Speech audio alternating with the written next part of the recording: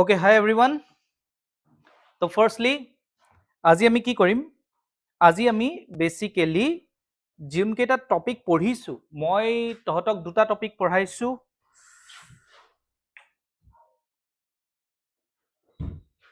লাইটটো জ্বলাই দিয়াচোন, সাইডৰ লাইটটো। So I have taught you two topics.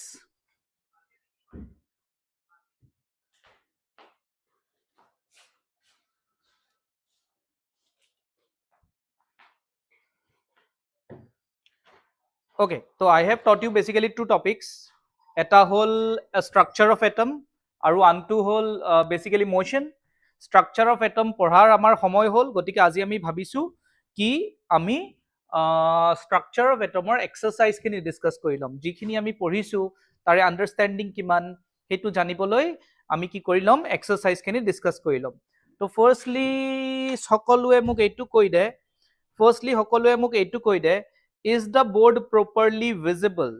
Is the board properly visible? এই boardখন properly visible নে? যোনকেইটা মই question আগত থৈ দিছো তাৰে numeric আখৰখিনি visible নে? মোক এবাৰ লিখি দেচোন comment sectionত so that I can go forward. এই যে আখৰখিনি আছে এইখিনি visible নে non visible? Everyone?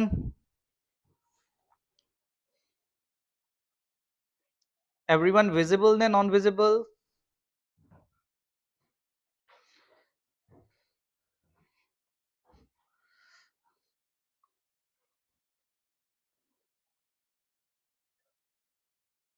ठीक है? Second चीज what I want to say is, মই last couple of videosত, couple of lecturesত মই comment section খিনি পঢ়ি চাইছিলো, ঠিক আছে, যোনখিনি লাইভ chat হয়। So what I have basically realized that কিছুমান disturbing বহুত ইয়াতে একাউণ্ট সোমাই আছে। ইয়াতে মই আজি নাম কেইটাক নকওঁ বাৰু, যোনে পঢ়াত বাহিৰে বেলেগ বস্তু ইয়াতে লিখি থাকে, ইয়াতে মানে বেসিক্যালি চ্যাটত লিখি থাকে, সেই একাউণ্ট কেইটাৰ মই নাম আজি ক'ব খোজা নাই, বাট ইটস ৰিয়েলি ডিসহাৰ্টিং, ঠিক আছে, it's really hurting for a teacher যোনে নিজৰ ডেৰ ক্লাছখিনি বাদ দি পেলাই, নিজৰ কামখিনি বাদ দি পেলাই আবেলি তহঁতৰ কাৰণে 1 ঘণ্টা পঢ়াব আহিছে।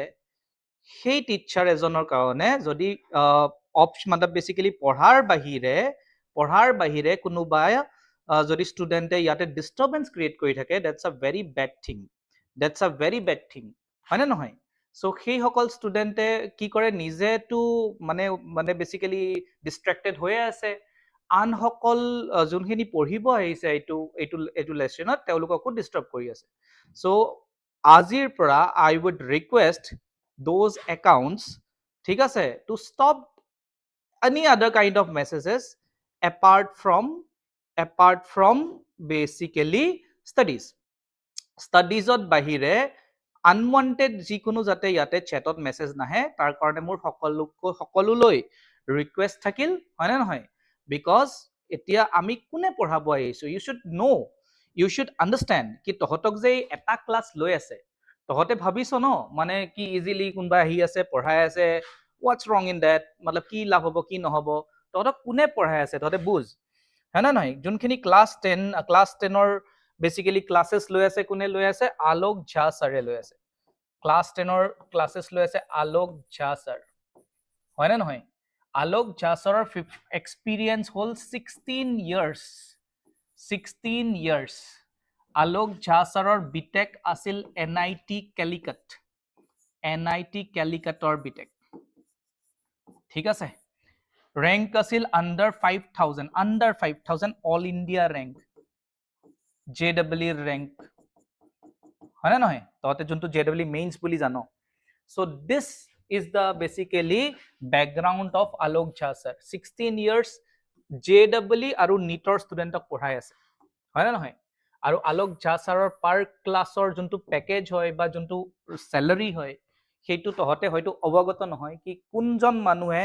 তহঁতক টাইম দি আছে, কোনে তহঁতক টাইম দি পঢ়াই আছে, হয় না নহয়? তাকো ফ্ৰী অফ কষ্ট,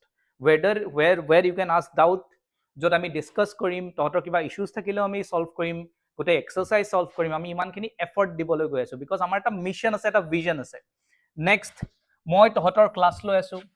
what is my background ঠিক আছে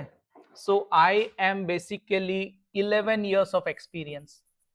in JEE and NEET field 11 years of experience ঠিক আছে so basically I did my graduation from NIT Durgapur in computer science CSE JEE আমাৰ টাইমত AIEEE rank আছিল JEE rank আছিল under 8000 ঠিক আছে clear তাৰ পিছত I was a software developer তাৰ পিছত basically I was a software developer ঠিক আছে I was a software developer in Oracle মাৰি চাবিচোন নহলে তহঁতৰ জন্য কোনবা সিনিয়ৰ আছিল Oracleৰ software developer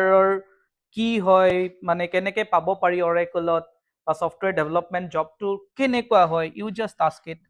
তাৰ পিছত আমি এই সব কৰি পেলাই তাৰ পিছত আমি এই সব এৰি পেলাই হয় না নহয় আমি টিচিং কেৰিয়াৰ ষ্টাৰ্ট কৰিছিলো টিচিং কেৰিয়াৰ ষ্টাৰ্ট কৰিছো আৰু 2021ত আমি বেসিক্যালি আৰ্ক স্টাৰ্ট কৰিছো মোৰ যে পিঠিত দেখি আছো ততে Arc this is our institute Arc start কৰিছো ঠিক আছে অৰিন্দম আছিল মোৰ batchmate IIT Bombay Aerospace one of my partners IIT Bombay Chandan sir NIT Rourkela and myself is Himanshu তো আমি স্টার্ট কৰিছো তহতে এইটো বুজ কি অসমৰ বিভিন্ন ঠাইৰ পৰা যেতিয়া মানুহে আমাৰ তাতে 11 আৰু 12 পঢ়িব আহে বা ড্ৰপ লব আহে their fees is almost equal to 1 lakhs per year fees যত আমি ক্লাसेस লও কিয় because যিমানখিনি আৰ্কৰ ফেকাল্টি মেম্বাৰ্স আছে মই আলোক জাসাৰৰ কথা কৈছো মোৰ কথা কৈছো বেলেগ বেলেগ ফেকাল্টি মেম্বাৰ্সৰ কথা কৈছো all are high paid faculty members because সকলোৱে হয়তো JEE নহলে NEET সকলোৱে হয়তো JEE ইঞ্জিনিয়াৰিং এৰি পেলাই টিচিং ষ্টাৰ্ট কৰি আছে are you getting my point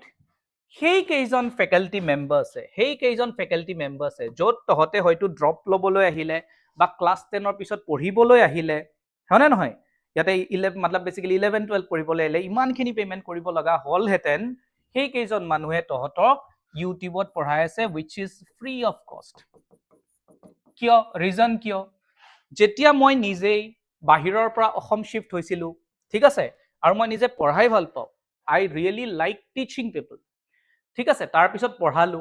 তাৰ পিছত নিজৰ ইনষ্টিটিউট ষ্টাৰ্ট কৰিলো আৰু আমি ইনষ্টিটিউট ষ্টাৰ্ট কৰাৰ পিছত নিজে ৰিয়েলাইজ কৰিছো কি the education is becoming costly because গুৱাহাটীত যেতিয়া এটা মানুহে পঢ়িব আহে গুৱাহাটীত আমাৰ বহুত কষ্ট জড়িত হৈ থাকে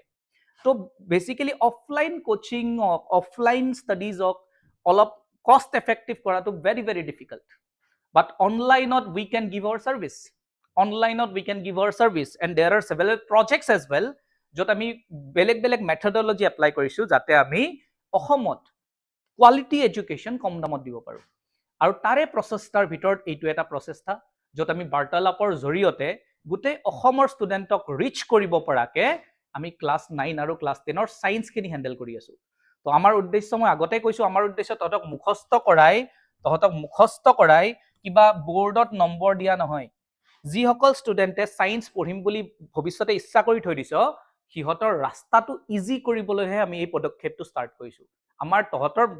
মুখস্থ কৰিবই যদি লাগে আৰু যদি এক্সামত দুটামান বমি কৰি দি কোৱেশ্চনৰ এনসাৰ গেটাই যদি লিখিব লাগে তেনেহলে তো তহতে নিজৰ কিতাপখন মুখস্থ মাৰি থ তাতে শেষ কিন্তু এই কেইটা ক্লাস সেই সকল ষ্টুডেণ্টে কৰিব আহিব লাগে যাৰ ভৱিষ্যতে সায়েন্স লৈ পেলাই ভৱিষ্যতে কিবা বেলেগ কাম কৰিব মন আছে ভালকে সায়েন্সটো বুজিব মন আছে আৰু ভালকে এটা ব্ৰাইট ফিউচাৰত যাব মন আছে ঠিক আছে তো এইখিনি জিনখিনি আমি 9 আৰু 10 ত তহতক ক্লাস 9 আৰু 10 ত সায়েন্সৰ কনসেপ্ট দি আছো that will be continued in your class 11 and 12 so try to understand who actually is teaching you আৰু তহতে এই টিচাৰ্স খিনিয়ে যেটা ক্লাস লৈ আছে and if you are talking nonsense in the basically chats so it's really hurting বহুত বেয়া লাগে যেতিয়া আমি আমাৰ 1 ঘন্টা এটা ইউজ কৰো আমি যদি 1 ঘন্টা এটা আমি প্ৰফেশনালি ইউজ কৰিলো হেতেন কোনবা যদি বেলেগ ইনষ্টিটিউটৰ হয় বা মোৰ নিজৰ হেয়ৰ হৈ মই যদি কোৰ্স বেচিলো হেতেন তো U cannot even imagine how much business we can generate from this, but we have chosen a free class just for everyone in the Assam june hoytu পঢ়িবলৈ সুবিধা পোৱা নাই, জুনে হয়তো কিছুমানৰ দৰে টিউশন লবলৈ তেওঁলোকৰ সামৰ্থ্য নাই,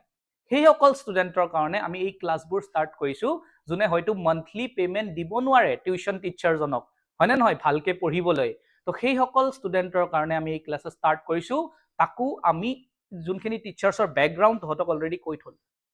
ঠিক আছে। তো এই ক্লাছেছ খিনি সিৰিয়াসলি কৰ, বিকজ ইয়াতে আমাৰ এটাই উদ্দেশ্য কি যোনখিনি ষ্টুডেন্টে ফাইনেন্সিয়েল ইস্যুজৰ কাৰণে পঢ়িব পৰা নাই, টিউশন এটা ল'ব পৰা নাই, ক্লাছ 9-10ত সায়েন্সখিনি বুজাত প্ৰব্লেম পাই আছে, সেই সকল ষ্টুডেন্টক হেল্প কৰাৰ কাৰণেহে আমি এই পদক্ষেপটো আৰম্ভ কৰিছো। গতিকে ইয়াতে তহতে কি কৰিব লাগিব, ইয়াতে তহতে মন দি পঢ়িব লাগিব, আৰু যিসকল ষ্টুডেন্টৰ হয়তো সিমান ডেডিকেশ্যন নাই, সিহঁতে বাস লাইভটো এটেন্ড কৰিবলৈ আহিছে, দুটা মানুহৰ লগত আড্ডা দিব আহিছে, কাইন্ডলি এই ক্লাছটোৰ পৰা দূৰত থাকিলে ভাল, ঠিক আছে। বিকজ যিসকল ষ্টুডেন্টে চাই আছে সেইসকল ষ্টুডেন্টৰ বহুতে উপকৃতও হৈ আছে, বহুতে বুজিও পাই আছে, যিসকল ষ্টুডেন্টৰ এই ক্লাছটোত ইন্টাৰেষ্ট নাই সেইসকল ষ্টুডেন্টে যাতে এই ক্লাছটোৰ পৰা আঁতৰত থাকে, ঠিক আছে। তেওঁলোকে নিজে সায়েন্সখনি মুখস্থ কৰি আগবাঢ়ি গ'লে কোনো প্ৰব্লেম নাই, হয়তো তেওঁলোকৰ সামৰ্থ্য আছে টিউশন এটা ল'বলৈ, গতিকে তেওঁলোকে সেইখিনি কাম কৰক। ইয়াতে পঢ়া ষ্টুডেন্টছ কেইটা থাকক, হয়তো যোনে ষ্ট্ৰাগল কৰি আছে সায়েন্স বুজি পাবলৈ, যোনে এটা ভৱিষ্যত ভাল ভৱিষ্যতৰ বিষয় এটা ভাবি পেলাই এতিয়াৰ পৰা এটা বেসিক্যালি কিক ষ্টাৰ্ট দিছে বুলি কম, আৰু যাৰ হয়তো টিউশনখিনি ল'বলৈ বৰ বেছি এটা ফাইনেন্সিয়ালি সামৰ্থ্য নাই, সেই সকল ষ্টুডেন্টে এই ক্লাছটোৰ পৰা উপকৃত হ'ব বুলি মই আশাবাদী, ঠিক আছে। তো গতিকে গোইং ফৰৱাৰ্ড, ঠিক আছে, going forward everyone is requested to pay attention to the content of the class. যেতিয়া মই তহঁতক কিবা মানে বেসিক্যালি সুধু চ্যাটত যাতে তাৰ এনসাৰ হে আহে, কোনে কাৰ ইনষ্টাগ্ৰামত কোনে কাক ফলো কৰিব সেই সব যাতে মই চ্যাটত দেখি নাপাও, because that is not a good behaviour, আৰু সেই সকল ষ্টুডেন্টে কেতিয়াও কতো আগবাঢ়িব নোৱাৰিব, ঠিক আছে। পঢ়া সময়খিনি যদি আমি এই সব ডিসকাশন কৰি থাকো, যত ইমানখিনি এলিজিবল টিচাৰে তহঁতক 1 ঘণ্টা ইনভেষ্ট কৰিছে নিজৰ লাইফৰ পৰা, মইতো আজি ঘৰত গুচি যাব পাৰো ন 6টা বজাত, মোৰতো অফিস শেষ, এই এক্সট্ৰা কামখিনি কৰি কিয় আছো, ভাল লাগে কৰি, সেই কাৰণে কৰি আছো, ভাল লাগে যেতিয়া বহুত ষ্টুডেন্টে কয় মেছেজত স্যাৰ ভালকে বুজি পাইছো, স্যাৰ ভাল লাগিছে ক্লাছটো, সেই যে দুটা मतलब বেসিক্যালি আমাৰ যে ফিডব্যাক পাও আমি, সেই কাৰণে আমি কমেন্ট সেকশনত তহঁতে কবি কেনেকুৱা লাগে, সেই ভাল ফিডব্যাকটো যেতিয়া শুনো দেখো পঢ়ো, ৰাতি টোপনি ভাল আহে, হয় না নহয়, আৰু মনত এটা আৰু হ্যাপিনেস আহে কি এটলিষ্ট যিসকল ষ্টুডেন্টে ভাল শিক্ষা গ্ৰহণ কৰিব পৰা নাই ডিউ টু ফাইনেন্সিয়েল ৰিজনছ, সেই সকল ষ্টুডেন্টৰ কাৰণে আমি কিবাটো নহয় কৰিব পাৰিছো। নিজৰটো আজি মোৰ 13 বছৰ হ'ল ন চাকৰি কৰা, হয় না নহয়, নিজে চাকৰি কৰি যি উপাৰ্জিছো সেইটো এটা বেলেগ বস্তু, কিন্তু এই প্ৰফেশনটোৰ জৰিয়তে আমি দুটা ষ্টুডেন্টৰ কিবা জীৱনত অলপ হলেও চেঞ্জ আনিব পাৰিছো, সেইটোৱে সকলোতকৈ আমাৰ প্ৰাপ্তি বুলি মই বেসিক্যালি ভাবো, বুজি পাইছ তহঁতে। গতিকে ইন ফিউচাৰো যদি মোৰ হাতত সামৰ্থ্য থাকে, আৰ্কৰ হাতত যদি সামৰ্থ্য থাকে, আমি ভৱিষ্যতেও এনেকুৱা কাম কৰিম যাতে আমি অনলাইনৰ লগতে অফলাইন চেণ্টাৰ্ছবোৰো যিমান পাৰো সিমান কম দামত আমি কোৰ্সবোৰ অফাৰ কৰিব পাৰো ষ্টুডেন্টক, তাৰ কাৰণে নিশ্চয় মই লাগিম, আৰু তাৰ কাৰণে অলৰেডি লাগি আছো বেলেগ প্ৰজেক্টৰ জৰিয়তে, ঠিক আছে। তো তহঁতে এই ক্লাছটোৰ ইম্পৰ্টেন্স সদায় বুজিবি, ঠিক আছে, তহঁতে এই ক্লাছটোৰ ইম্পৰ্টেন্স সদায় বুজিবি। বহুত বেয়া লাগে, মই কাকো গালি পাৰা নাই, সেইকাৰণে মই জাষ্ট মনৰ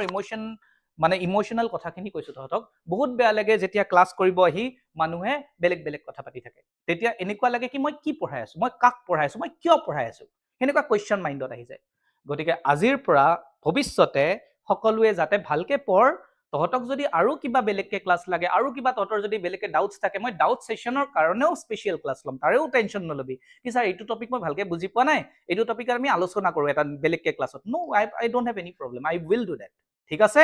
তো এভৰিওয়ান, মই আকৌ এবাৰ সুধিছো, এতিয়া যোন ক্লাছত প্ৰেজেন্ট আছ সকলোৱে পঢ়িবলৈ জেনুইনলি পঢ়িবলৈ ৰেডি নে? আই ওয়ান্ট ইউৰ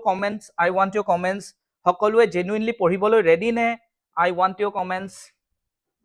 তেতিয়া আমি লাহেকে আমাৰ কন্টেন্ট ষ্টাৰ্ট কৰিম, তেতিয়া আমি লাহেকে আমাৰ এই কোৱেশ্চনছবোৰ ষ্টাৰ্ট কৰিম, আৰু এই কোৱেশ্চনছবোৰৰ আগতে মই তোক ধুনীয়াকে তহঁতক বস্তুখিনি বুজাইও দিম। যোনখিনি আমি কোৱেশ্চনছ কৰিম তাৰ আগতে আমি কি পঢ়িছিলো এবাৰ ফাষ্ট ৰিকেপ কৰাই দিম, যেতিয়ালৈ কোৱেশ্চনছখিনি নহয় আমি লাগি থাকিম, টেনশন নলবি। আৰু তহতে কোৱেশ্চনখিনি নিজে কৰিব পৰা হ'ব লাগিব ঠিক আছে ready everyone okay good good very good ঠিক আছে আমি ক্লাছ মানে বস্তুখিনি ষ্টাৰ্ট কৰো একদম সহজ আমাৰ কোৱেশ্চনছবোৰ যিমানো তহতৰ ক্লাছ 9ত কোৱেশ্চনছ আহিব এই সবে তহতৰ এনসিআৰটিৰ প্ৰথম কোৱেশ্চন সেকেন্ড কোৱেশ্চন এক্সাৰসাইজৰ হয় না নহয় এই সেকেন্ড কোৱেশ্চন প্ৰথম কোৱেশ্চন মই ডিসকাস কৰাৰ আগতে আমি এটা ফাষ্ট ব্যাকগ্ৰাউণ্ড লৈ লও তেতিয়া তহতে নিজে ক'ব পাৰিবি কি প্ৰথম কোৱেশ্চনটো আনসাৰ কেনেকুৱা সেকেন্ড কোৱেশ্চনটো আনসাৰ কেনেকুৱা হয় না নহয় তো ফাৰ্স্ট ব্যাকগ্ৰাউণ্ডত আমি কি পঢ়িছিলো এবাৰ ফুটুককে আমি এটা ফ্ল্যাশব্যাক লৈ লও দে ফুটুককে আমি এটা ফ্ল্যাশব্যাক লৈ লও ফাৰ্স্ট আমি পঢ়িছিলো কি ফাৰ্স্ট আমি পঢ়িছিলো ক্যাথোড ৰে এক্সপেৰিমেন্ট হয় না নহয় ক্যাথোড ৰে এক্সপেৰিমেন্ট যাৰ দ্বাৰা ইলেক্ট্ৰন ডিসকভাৰ হৈছিল এনোড ৰে এক্সপেৰিমেন্ট যাৰ দ্বাৰা প্ৰোটন ডিসকভাৰ হৈছিল হয় না নহয় ক্লিয়াৰ এই দুটাৰ বৰ বেছি তহতৰ এক্সাৰসাইজত ইম্পৰ্টেন্স নাই দিয়া মই কোনখিনিৰ ইম্পৰ্টেন্স দিছে কোনখিনি ইম্পৰ্টেন্স নাই দিয়া তাকো বুজাই আছো তহতক এই দুটাৰ বিষয়ে তহতক বেছি ইম্পৰ্টেন্স নিয়া নাই তহতক মেইন ইম্পৰ্টেন্স দিছে এটমিক মডেলৰ ওপৰত তহতৰ যিমানখিনি এক্সাৰসাইজৰ কোৱেশ্চন আছে সবে স্ট্ৰেছ দিছে এটমিক মডেলৰ ওপৰত আৰু তহতৰ লগত আমি বেসিক্যালি তিনিটা এটমিক মডেল পঢ়িছো তিনিটা মই ফটককে বুজাই দিছো এটা হল জে থমসন মডেলটো যেতিয়া মই কও তহতৰ মনত সেই তৰবুজটো আহিব লাগে ৰঙা তৰবুজ প্ৰোটন মানে পজিটিভ আৰু মাজৰ গুটি কেইটা কোলা কোলা গুটি কেইটা ইলেক্ট্ৰন হেইটো হল থমসন মডেল ঠিক আছে তাৰ পিছত আহিল ৰাদাৰফোৰ্ড মডেলত কি হল এই যে মই আলফা মাৰি পঠাইছিলো বুজাইছিলো যে ততক এই যে এখন পেপাৰত গুলি মাৰা টাইপ যে বুজাইছিলো জুনে জুনে সোৱা নাই লেকচাৰবোৰ চাই লবি স্ট্ৰাকচাৰ অফ এটমত তাৰ পিছতে এই লেকচাৰটো কামত আহিব তাতে কি পালো থমসন মডেলত কি পালো কি পজিটিভ খিনিও গুটেই গুলাটোত বিস্তৃত হৈ আছে আৰু নেগেটিভ খিনিও গুটেই গুলাটোতে বিস্তৃত হৈ আছে আৰু সকলোৱে বহি ৰৈ আছে হেইটো হল থমসন মডেল কোত কি ভুল আছে তহতে মাথা মাৰি থবি দেই পজিটিভ খিনিও গুটেই মানে বেসিক্যালি এটমটো মানে বিওপি পৰি আছে আৰু নেগেটিভ খিনিও গুটি কেটা হুমুৱাৰ দৰে নেগেটিভ খিনিও গুটেই বিওপি পৰি আছে হেইটো হল থমসন মডেল হয় না নহয় কিন্তু পিছত আমি কি কৰিম পিছত ৰাদাৰফোৰ্ড মডেল হয় না নহয় ৰাদাৰফোৰ্ড মডেলত কি পালো কি প্ৰোটন খিনিটো একদম সেন্টাৰতহে থাকে প্ৰোটন খিনি একদম সেন্টাৰতহে থাকে যাক আমি নিউক্লিয়াছ বুলিও কও হয় না নহয় আৰু ইলেক্ট্ৰনবোৰ অৰবিটত ঘূৰি থাকে এইটো হল ৰাদাৰফোৰ্ড মডেল কিন্তু ৰাদাৰফোৰ্ড মডেলত কি প্ৰবলেম আছিল এইটোতো প্ৰবলেম আছে ইয়াত কৈছে কি প্ৰোটনবোৰ বিস্তৃত হৈ থাকে যেটো কথা হল ভুল হয় না নহয় ইলেক্ট্ৰনবোৰো যতে ততে থাকে আৰু ৰৈ থাকে হেতু কথাও ভুল ৰাদাৰফোৰ্ডে কলে কি সেন্টাৰত নিউক্লিয়াছ থাকে যোনটো শুদ্ধ কথা হয় না নহয় ইলেক্ট্ৰনবোৰ ঘূৰি থাকে কিন্তু আমি এটা বস্তু পালো কি ইলেক্ট্ৰন যদি ঘূৰি থাকে মানে এক্সিলাৰেট কৰি থাকে সাৰ্কুলাৰ মোশন কৰি থাকে তেনেহলে এই এনাৰ্জি লস কৰি নিউক্লিয়াছত পৰি যাব লাগে হয় না নহয় ৰাদাৰফোৰ্ড মডেল তাতে ভুল আছিল হয় না নহয় আৰু ৰাদাৰফোৰ্ড মডেলে এটো কবও নোৱাৰিলে কি ইলেক্ট্ৰনে যে এনাৰ্জি লস কৰে নে নকৰে নে কি হয় হি একো এনসাৰ দিব নোৱাৰিলে ফিজিক্সৰ মতে কি হয় এইটো মানে এনাৰ্জি লস কৰি পৰি যাব লাগিছিল হয় না নহয় ততে এটা বস্তু গলৰ চেইনডালে ঘুৰাই চাবিচোন অলপ যদি ঢিলা কৰি দিও পৰিব ধৰিব ঘুৰি নাথাকিব অলপ যদি ঢিলা কৰি দিও হয় না নহয় সেই কাৰণে এইটো মডেল ভুল আছিল তাৰ পিছত আহিল বোৰ মডেলটো তেনেকুৱাই সেন্টাৰত নিউক্লিয়াছে থাকে আৰু ইলেক্ট্ৰনবোৰ ফিক্স পাথত থাকে কে এল এম আৰু এন ফিক্স পাথ মানে ৰাস্তাবোৰ ফিক্স থাকে আৰু এই ৰাস্তাবোৰত এনাৰ্জি লস নকৰে বোৰে মানে বেসিক্যালি কি কৰিছিল মানে এটো দেখাই দিছিল এনাৰ্জিবোৰ ক্যালকুলেট কৰি দেখাই দিছিল এক্সপেৰিমেন্ট কৰি দেখাই দিছিল কি হয় মানে সাৰ্কুলাৰ অৰবিটতে ঘুৰে আৰু ফিক্স অৰবিটত ঘুৰে যেনি তেনি নুঘুৰে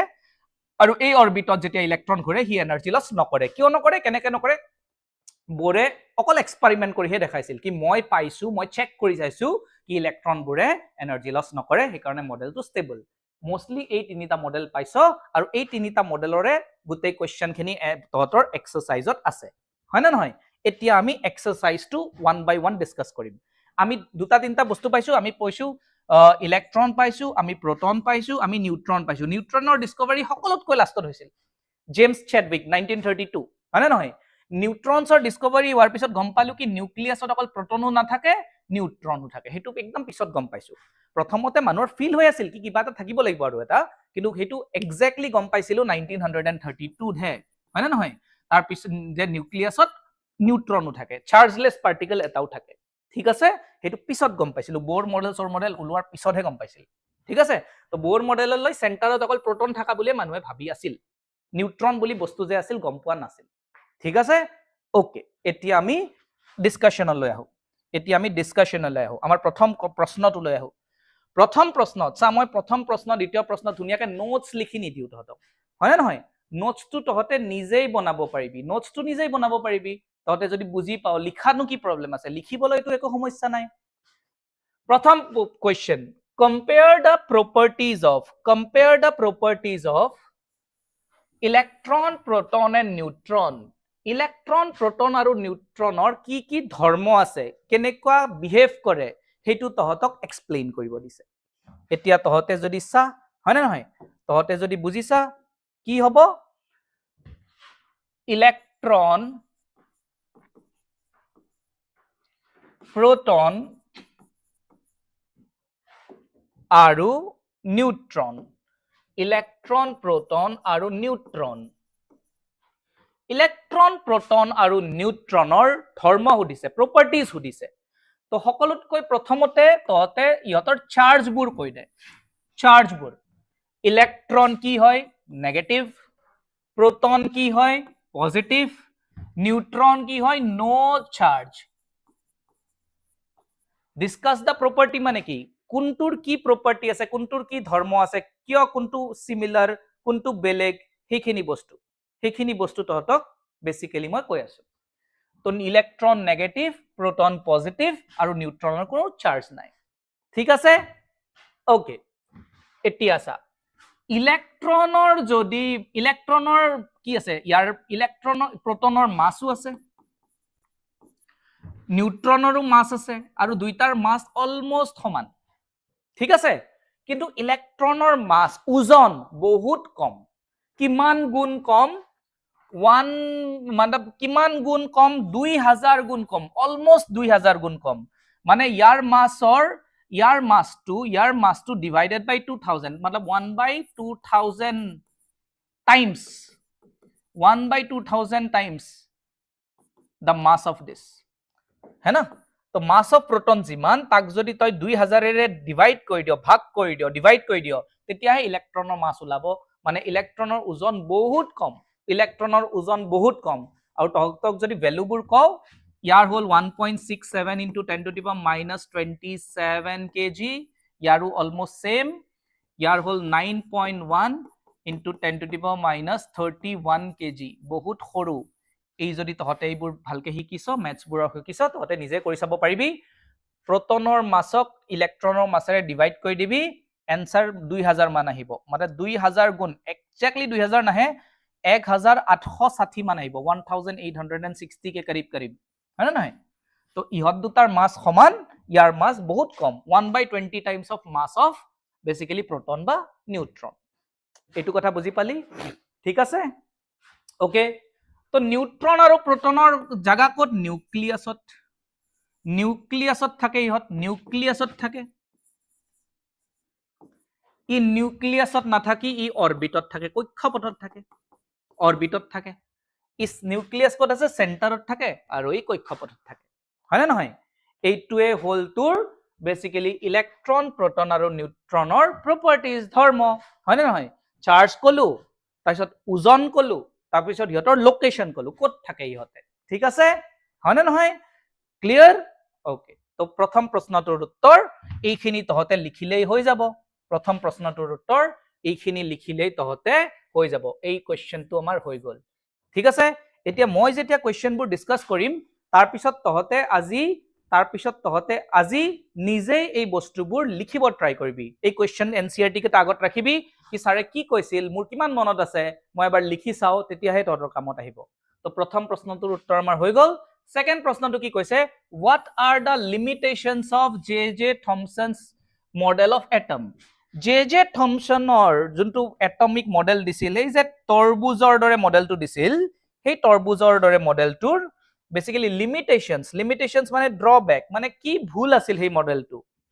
তো সেই মডেলটো কি ভুল আছিল এটো কোৱেশ্চন নম্বৰ 1 ডিসকাশন হৈ গল নেক্সট কুৱেশ্যন নম্বৰ 2 থমসন মডেলটোত কি ভুল আছিল তহঁতে মাথা মাৰচোন প্ৰথম ভুলটো কি ভাল ভুল নম্বৰ 1 পজিটিভ চাৰ্জ খিনি থমসন মডেলে কৈছে কি গোটেই এটমটোত কি হৈ থাকে ডিস্ট্ৰিবিউট হৈ থাকে কিন্তু পিছত যেতিয়া আমি গম পালো এক্সপেৰিমেন্ট আহিল বেলেগ সাইন্টিস্টে কৰিলে কি পজিটিভ চাৰ্জটো গোটেই এটমত নাথাকে সেন্টাৰতে থাকে হেতু প্ৰথম ভুল হয়নে নহয় তো প্ৰথম ভুল ইজ পজিটিভ চাৰ্জ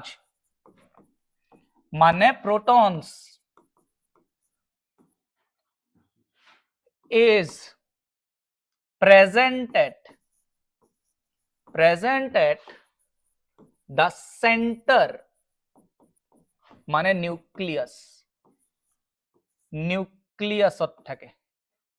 পজিটিভ চাৰ্জটো নিউক্লিয়াসতে থাকে ডিস্ট্ৰিবিউটেড থাকে গোটেই এটমটোত নাথাকে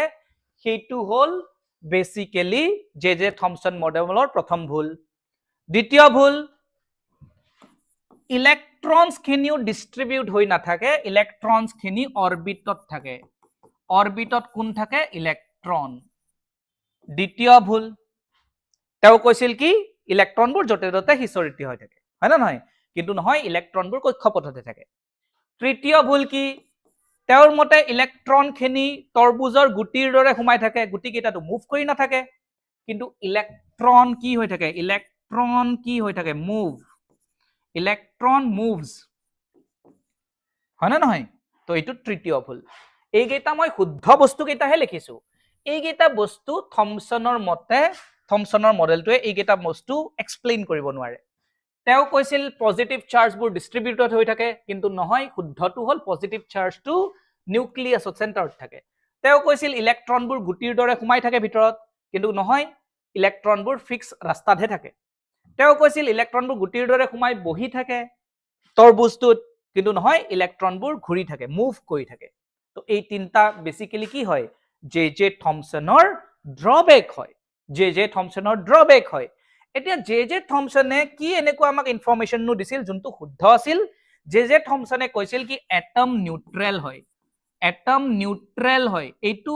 তেও ভাল কথা কৈছিল এটম নিউট্ৰেল হয় মানে যিমান পজিটিভ থাকে সিমানেই নেগেটিভো থাকে সেই কাৰণে এটম কি হয় নিউট্ৰেল হয় এইটোতে শুদ্ধ কথা কৈছিল কি পজিটিভ আৰু নেগেটিভৰ কথাটো শুদ্ধ কৈছিল কিন্তু এই লোকেশনবোৰ সকলোখিনি ভুল কৈছিল তো তহতে লোকেশনবোৰটো জানোৱে বোৰ মডেলৰ হিচাপত তো সেই লোকেশনবোৰে গোটেই গেটা লোকেশনে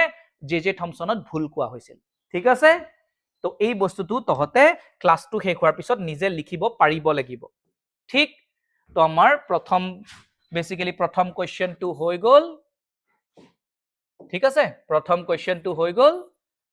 আৰু দ্বিতীয় কোৱেশ্চনটো হৈ গল ঠিক আছে এতিয়া তৃতীয় কোৱেশ্চনটো লৈ আহো আমি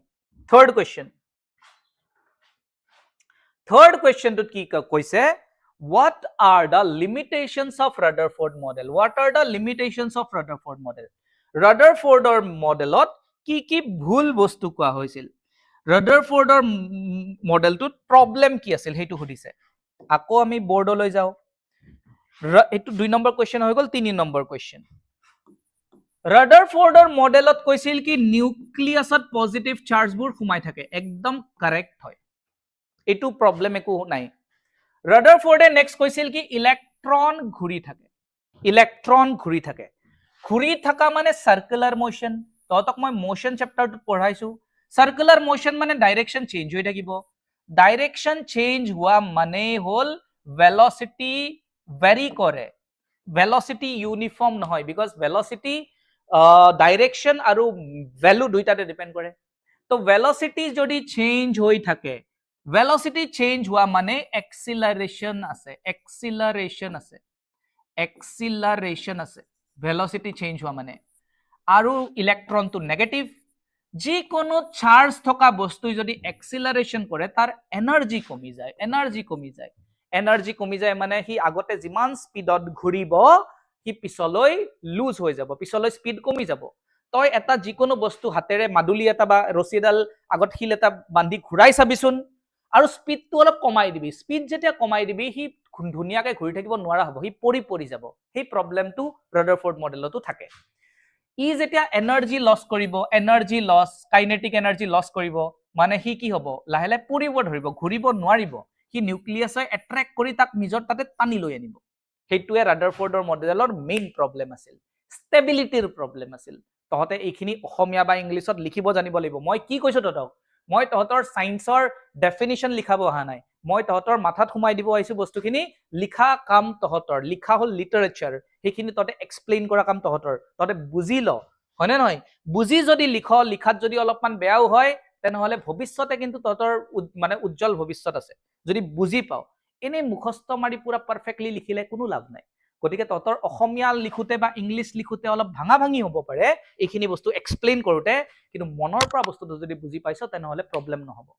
তো ৰাদাৰফৰ্ড মডেলৰ মেইন প্ৰব্লেম এইটো 2 নম্বৰ প্ৰব্লেম ৰাদাৰফৰ্ড মডেলৰ কি জানো 2 নম্বৰ প্ৰব্লেম হল ৰাদাৰফৰ্ড মডেলৰ কি তেও ইলেক্ট্ৰনৰ বিষয়ে একো ক'ব নোৱাৰিলে যেতিয়া মানুহে প্ৰশ্ন কৰিলে কি এনাৰ্জিটো লছ হ'ব লাগিছিল ৰাদাৰফৰ্ডে তাৰ বেকিং দিব নোৱাৰিলে মানে ৰাদাৰফৰ্ডে ক'ব নোৱাৰিলে কি ইলেক্ট্ৰনটোৰ এনাৰ্জি কিমান ইলেক্ট্ৰনটো কিমান স্পিডত ঘূৰি আছে সেইখিনি ক্যালকুলেশন কৰি দিব নোৱাৰিলে সেইটো এটা ৰাদাৰফৰ্ডৰ আৰু এটা ড্ৰবেক হয় এই দুটা ঠিক আছে তো তহতে ৰাদাৰফৰ্ডৰ ড্ৰবেক গম পালি কি কোন দুটা ড্ৰবেক এটা হল ইলেক্ট্ৰন ঘূৰি থাকিলে সাৰ্কুলাৰ মোশন কৰিলে এক্সিলাৰেশন হ'ব এক্সিলাৰেশন হলে এনাৰ্জি কমি যাব এনাৰ্জি কমি গলে নিউক্লিয়াছত পৰি যাব প্ৰথম ড্ৰবেক দ্বিতীয় ড্ৰবেক এনাৰ্জি যে কমি যাব কমি একচুয়ালি যায় নে নাযায় সেইটো বস্তু ৰাদাৰফৰ্ডে চেক কৰি দিব নোৱাৰিলে সেইটো হল দ্বিতীয় ড্ৰবেক মানে ৰাদাৰফৰ্ডে ইলেক্ট্ৰনৰ বিষয়ে বৰ বেছি ক'ব নোৱাৰিলে আৰু এটা ড্ৰবেক তহতে লিখিব কি পাৰ ৰাদাৰফৰ্ডে এইটো নকলে কি ইলেক্ট্ৰন যে ঘূৰি আছে এই ৰাস্তাটো ফিক্স নে এই ৰাস্তাটো বেলেগ ৰাস্তা নে ইলেক্ট্ৰনে জিটি ৰাস্তাত ঘূৰে সেইখিনিও ৰাদাৰফৰ্ডে ক'ব নোৱাৰিলে হয়নে নহয় বোৰ মডেলত তহতে গম পাও কি ভাইয়া পিছত ৰাদাৰফৰ্ড মানে বেসিক্যালি অৰবিটবোৰ ফিক্স থাকে ৰাস্তাবোৰ ফিক্স থাকে কিন্তু ৰাদাৰফৰ্ডে হেতু আঙুলিয়াই দিব নোৱাৰিলে তো মেইনলি তিনিটা তহতে ৰাদাৰফৰ্ডৰ ড্ৰবেক লিখিব পাৰা প্ৰথম হল এনাৰ্জি লস আনষ্টেবল হৈ যাব তাৰ কাৰণে হয় না নহয় তাৰ কাৰণে আনষ্টেবল হৈ যাব দ্বিতীয়টো হল ইনফৰমেশন অফ ইলেক্ট্ৰন এইটো ইনফৰমেশন অফ ইলেক্ট্ৰন তেও বেছি দিব নোৱাৰিলে কি কিমান এনাৰ্জি কিমান স্পিড তৃতীয় হল পাথ অফ ইলেক্ট্ৰনৰ বিষয়ে তেও ক'ব নোৱাৰিলে কি ৰাস্তাটো ফিক্স নে ৰাস্তাটো বেসিক্যালি বেকাটেৰা ঠিক আছে ওকে আৰু এটা কমেন্ট সেকশনত আহিছে ডিস্টার্বিং এলিমেন্ট বুলিয়ে কম হয়নে নহয় আননেসেসারি মেসেজ পাইছো তো you all can check the user name of this হয়তো এতিয়া ক্লাস জয়েন কৰিছে আগতে মই কথা কোৱা কথাখিনি ভালকে শুনি নাপালে আগতেও মই দেখিছো এই একাউন্টৰ পৰা আননেসেসারি মেসেজ আহে হয়নে নহয় তো এইটো যাতে বন্ধ হয় নেক্সট গোইং ফৰৱাৰ্ড ওকে চলো এই গেটা হৈ গল নেক্সট কোৱেশ্চনটো আহো আমি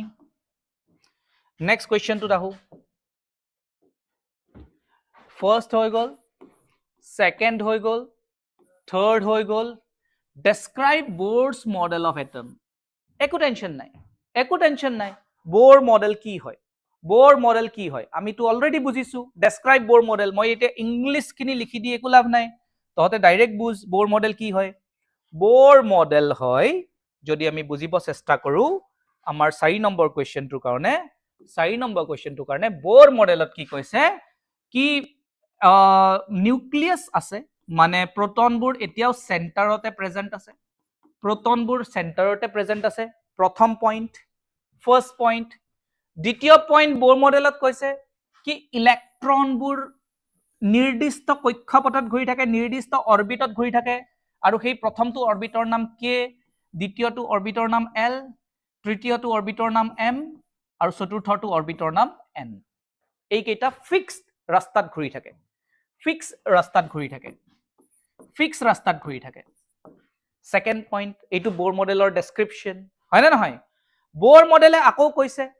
কি এটা অরবিটত ম্যাক্সিমাম 2n স্কয়ার ইলেক্ট্রন থাকিব পাৰে এটা অৰবিটত ম্যাক্সিমাম 2n স্কয়াৰ ইলেক্ট্ৰন থাকিব পাৰে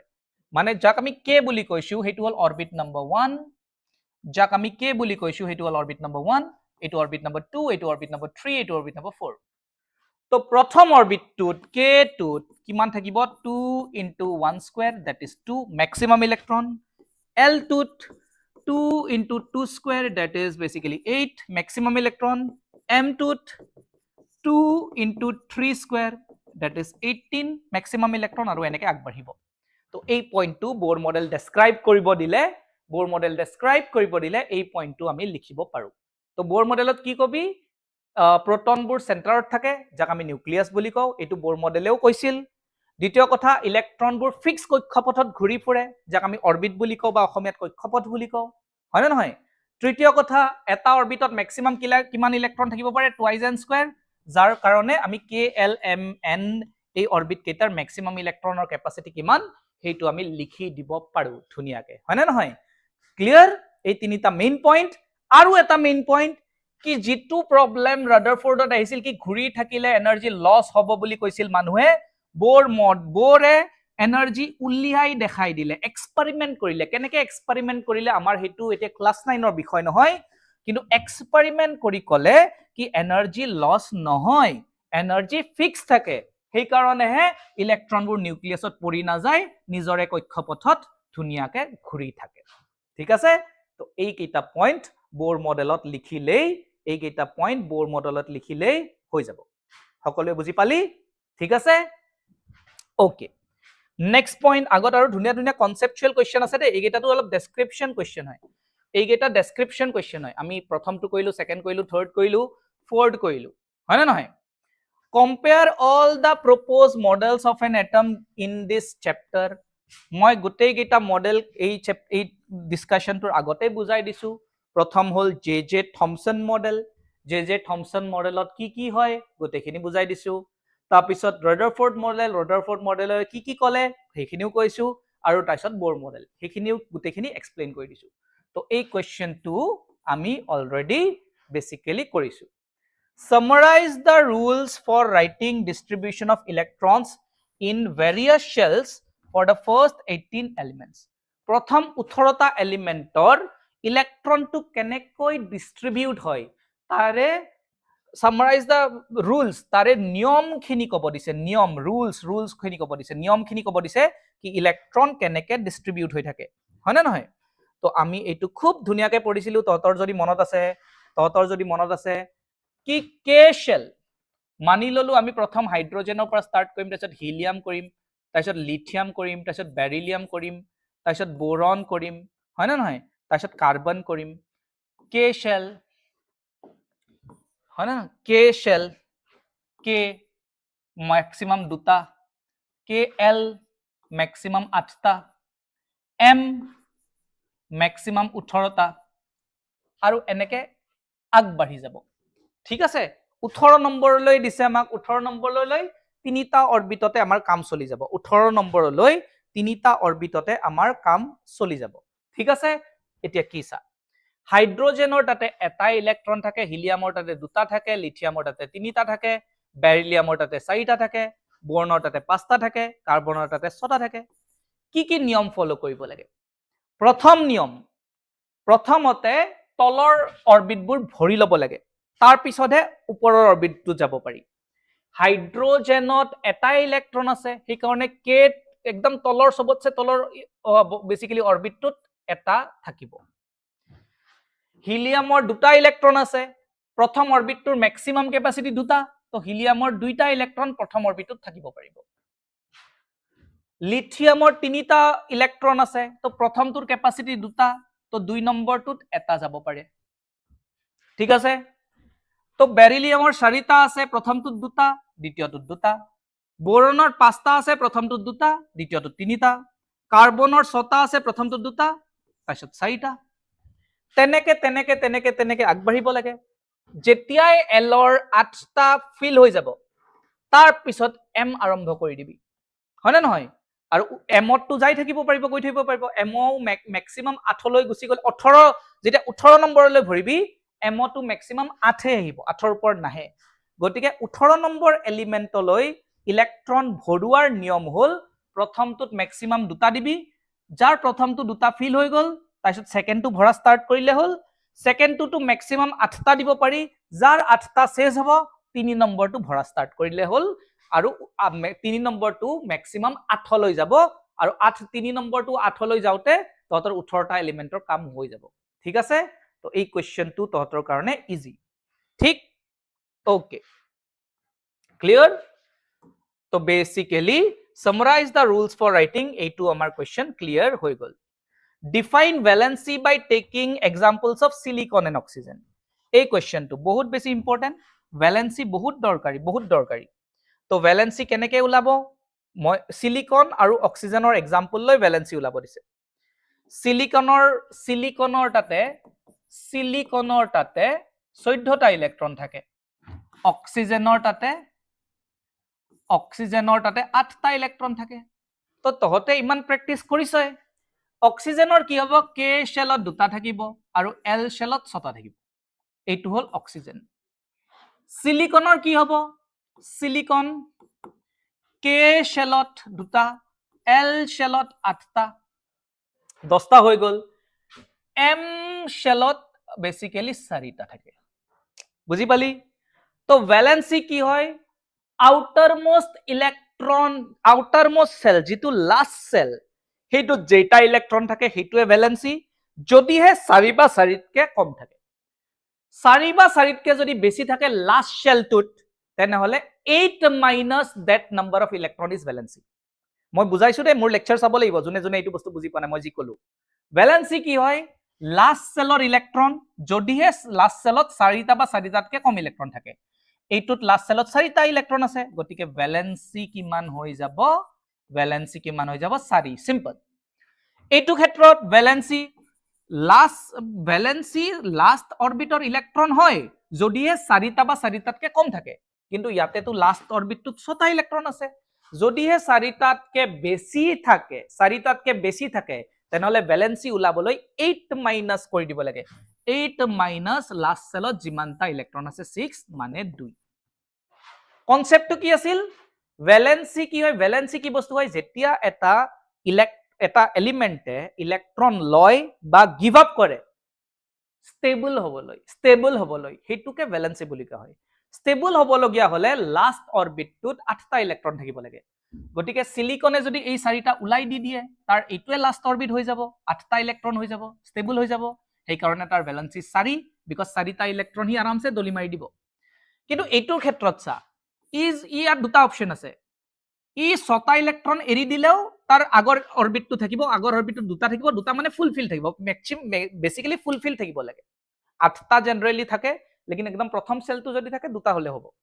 তো 6টা উলাই দিব পাৰে নহলে দুটা লৈওতো লব পাৰে দুটা লৈ ললেও কি 6টাৰ পৰা কি হৈ যাব 8টা হৈ যাব তো 6টা উলোৱা হস নে দুটা লোৱা হস অবভিয়াসলি দুটা লোৱা হস সেই কাৰণে 8 - 6 হৈ যায় ইট উইল কনসেপ্ট মই ক্লাস অলৰেডি কৰিছো স্ট্ৰাকচাৰ অফ এটমৰ যাৰ বুজি পোৱা দিগদাৰ হৈছে এই ক্লাসটো যাতে কৰি ল ভালকে ঠিক আছে ওকে তো এই দুটা মই বুজাই দিলো ইয়াৰ ভ্যালেন্সি 4 আৰু ইয়াৰ ভ্যালেন্সি 2 কেনেকে আহিল মই পুৰা ডিটেইলিং ক্লাস খিনিত কৈ থৈছো সেই কাৰণে ক্লাস কৰাটো বহুত বেছি দৰকাৰী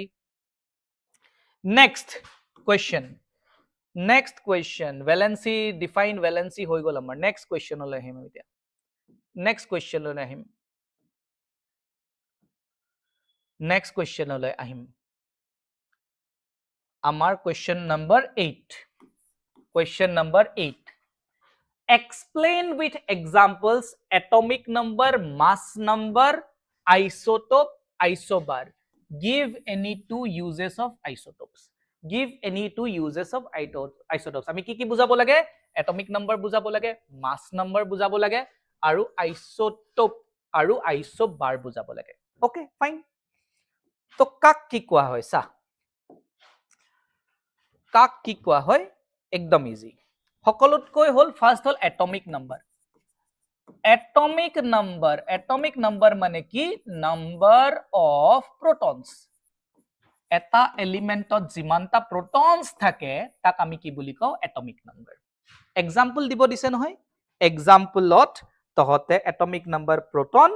সেই এটমিক নাম্বার প্রোটনক আমি z এৰেও ৰিপ্ৰেজেন্ট কৰো z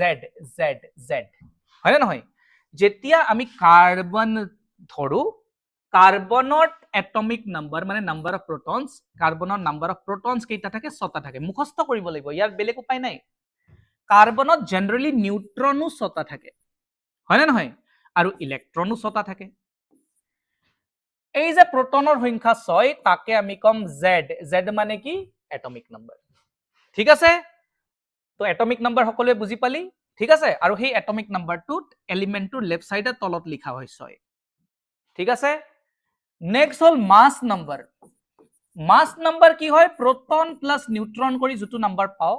because proton আৰু neutron generally atomৰ mass decide কৰে ইলেক্ট্ৰনৰ মাসটো 2000 গুণ কম হয় না নহয় তো জি মাস ডিসাইড কৰে proton আৰু neutron ডিসাইড কৰে গটিকে ইয়াৰ যোগফলটোক এডিশনটোক মাস নাম্বাৰ বুলি কোৱা হয় তো ইয়াৰ proton আছে 6টা neutron আছে 6টা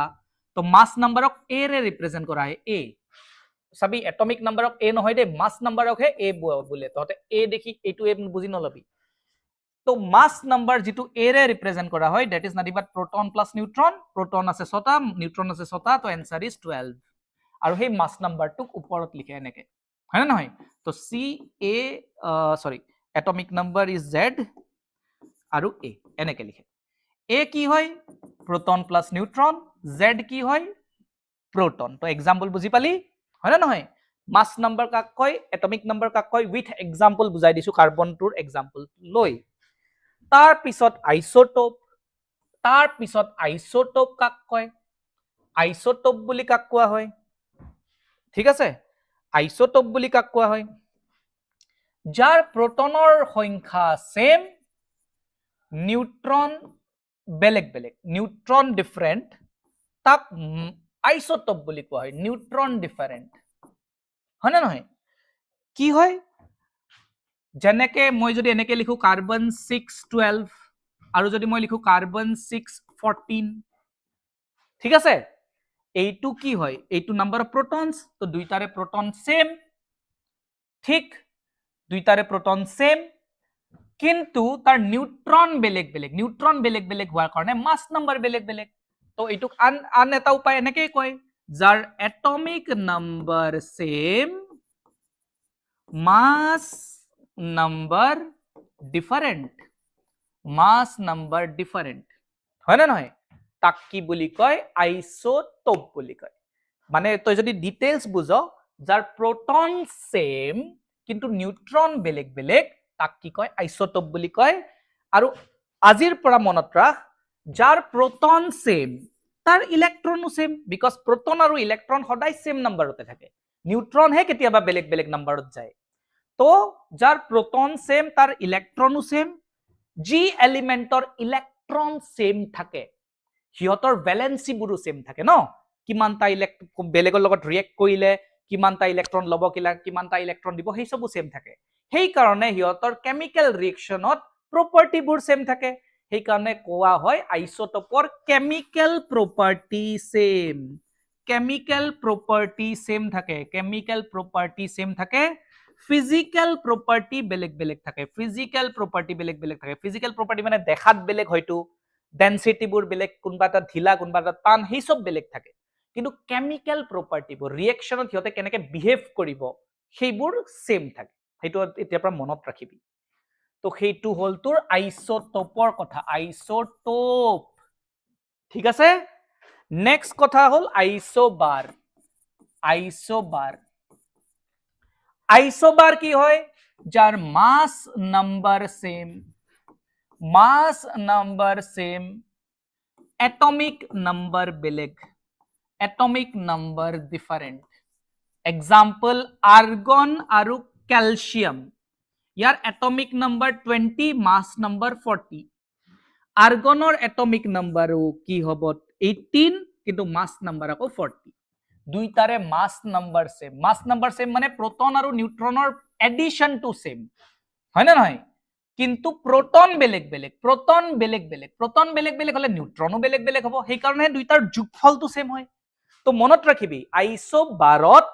প্ৰোটনো সেম নহয় নিউট্ৰনো সেম নহয় কিন্তু প্ৰোটন আৰু নিউট্ৰনৰ যোগফলটো এডিশন টু সেম মানে মাস নাম্বাৰটো সেম ঠিক আছে एग्जांपल মই দি দিছো ঠিক আছে ওকে एग्जांपल মই দি দিছো ওকে ঠিক আছে নেক্সট আইসোবাৰ হৈ গল নেক্সট কৈছে কি ইউজেস অফ আইসোটোপ এটা সুধিছে ইউজেস অফ আইসোটোপ প্ৰশ্নটো চাবি ইউজেস অফ আইসোটোপ তোৰ এনসিআৰটি খনত ইউজেস অফ আইসোটোপ ডাইৰেক্টলি লিখা আছে কি ইউৰেনিয়াম আইসোটোপক ইউৰেনিয়াম বুলি এটা এলিমেন্ট আছে ইউৰেনিয়ামৰ আইসোটোপ নিউক্লিয়াৰ ৰিয়েক্টৰত ইউজ কৰে, সেই এটা হ'ল ইউজ। ইউৰেনিয়ামৰ আইচোটোপ নিউক্লিয়াৰ ৰিয়েক্টৰবোৰত ইউজ কৰে, এজ ইন্ধন হিচাপে ইউজ কৰে, ফুয়েল হিচাপে ইউজ কৰে। মুখস্থ কৰিব লাগিব, উপায়টো নাই, কনচেপ্টটো নাই। নেক্সট, কোবাল্টৰ আইচোটোপ CO, কোবাল্ট মানে CO, কেঞ্চাৰ ট্ৰিটমেণ্টত ইউজ কৰে। কেনেকে মনত ৰাখিবি? কোকা কোলা, কোকা কোকা এনেকে মনত ৰাখিবি। কোকা, কোবাল্ট, কা কেঞ্চাৰ, কোকা, কোবাল্টৰ আইচোটোপ কেঞ্চাৰ ট্ৰিটমেণ্টৰ কাৰণে ইউজ কৰা হয়। থাৰ্ড হ'ল তোৰ এটা আছে আয়োডিন। আয়োডিনৰ আইচোটোপ আমাৰ যে গলত থাকে, থাইৰয়েড গ্ৰন্থি থাকে, থাইৰয়েড, তাৰ যেতিয়া এই থাইৰয়েড গ্ৰন্থিটো ফুলি যায়, তাৰ ট্ৰিটমেণ্টৰ কাৰণে ইউজ কৰে, হয় নে নহয়? এই তিনিটাই ইউজ তহঁতৰ এনচিইআৰটিত লিখা আছে, মুখস্থৰ বাহিৰে একো উপায় নাই, বিকজ ইউজেছ হয়, মুখস্থ নকৰিলে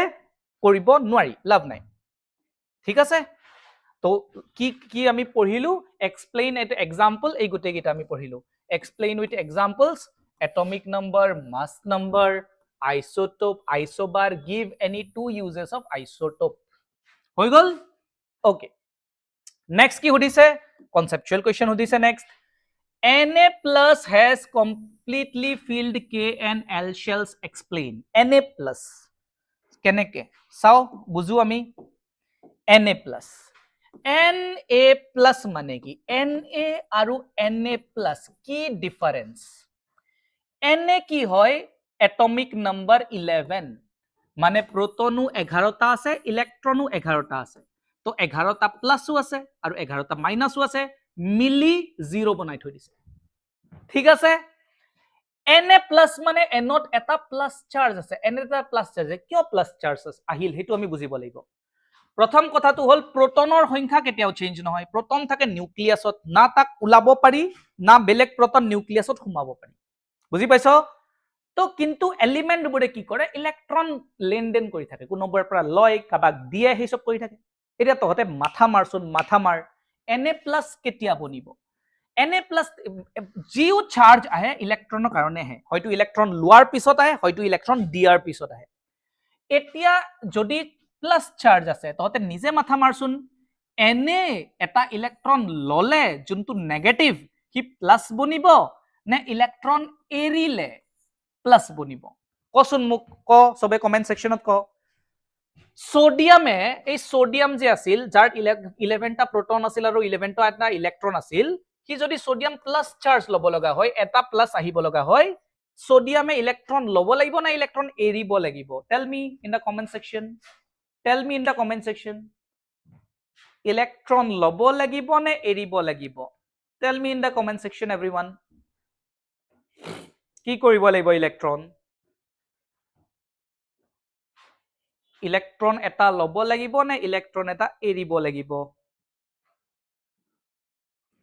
গেইন কৰিব লাগিব নে লছ কৰিব লাগিব? এভৰিওয়ান,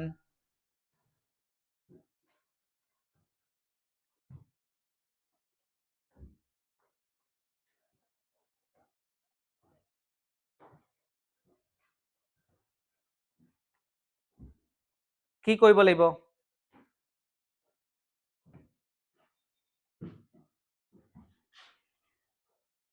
सोडियমৰ তাতে 11টা ইলেক্ট্ৰন আছে আৰু 11টা প্ৰোটন আছে। ऊपर से सोडियम में प्लस चार्ज লব, सब प्लस चार्ज আমি বনাব লাগে। যদিহে সোডিয়ামে এটা ইলেক্ট্ৰন মাইনাস লৈ লয়, তেনেহলে প্লাস কেনেকে হ'ব? তাৰ ওপৰতো মাইনাস চাৰ্জ আহি যাব, মাইনাস চাৰ্জ আহি যাব। কিন্তু যদিহে সোডিয়ামে এটা ইলেক্ট্ৰন এৰি দিয়ে, এৰি দিয়া মানে কি থাকিল? তাৰ তাতে কেইটা থাকিল? 10টা ইলেক্ট্ৰন থাকিল, তো 10টা মাইনাস থাকিব। প্ৰোটনটো 11টা আছে, তো 11টা প্লাস থাকিব। এতিয়া চাচোন, এইখিনি যদি কৰ, 10টা মাইনাস আৰু 11টা প্লাস, প্লাস এটা বেছি আছে ন, সেইকাৰণে সোডিয়াম প্লাস। প্ৰথম কথাটো এইটো বুজিব লাগিব, এৰিব লাগিব, এৰিব লাগিব, ডোনেট কৰিব লাগিব ইলেক্ট্ৰন, সেইটো প্ৰথম কথা বুজিব লাগিব।